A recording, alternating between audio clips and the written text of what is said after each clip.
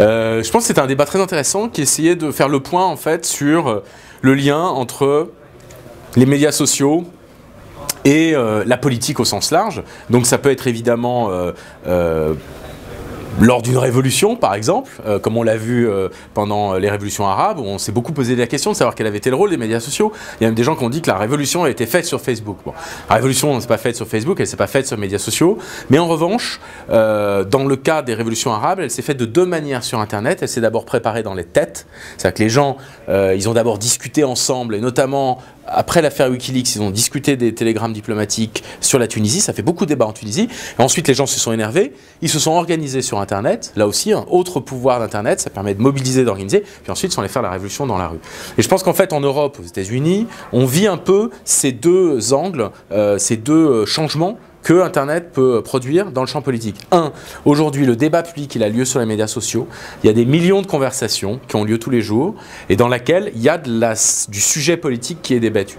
Donc ça, évidemment, c'est un point très important. Puis le deuxième, c'est qu'Internet, c'est plus simplement un lieu d'échange et de débat, c'est un lieu d'organisation et de mobilisation. Quand on est un parti politique, on peut facilement aujourd'hui structurer ses militants pour les envoyer à un meeting, pour faire du porte-à-porte, pour faire du téléphone, pour aller discuter sur Internet. Mais tout ça, vous allez l'organiser à partir d'Internet. Donc c'est ça, à mon avis, qui est extrêmement important. Et puis ce qu'on constate aussi, et qu'on a discuté un peu dans ce débat, c'est le fait qu'on vit aujourd'hui des campagnes qui sont transmédiatiques. C'est-à-dire qu'il n'y a plus d'un côté le online et le offline.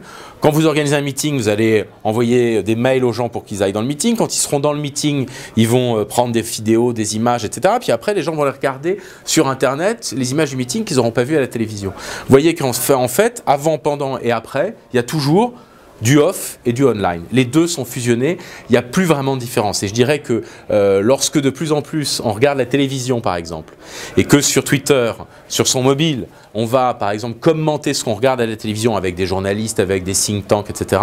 On voit bien qu'on est dans une campagne complètement transmédiatique. Je regarde la télévision et je commente sur Internet. Les deux médias se sont complètement complétés et forment aujourd'hui une plateforme transmédia qui évidemment joue à plein pendant une campagne électorale.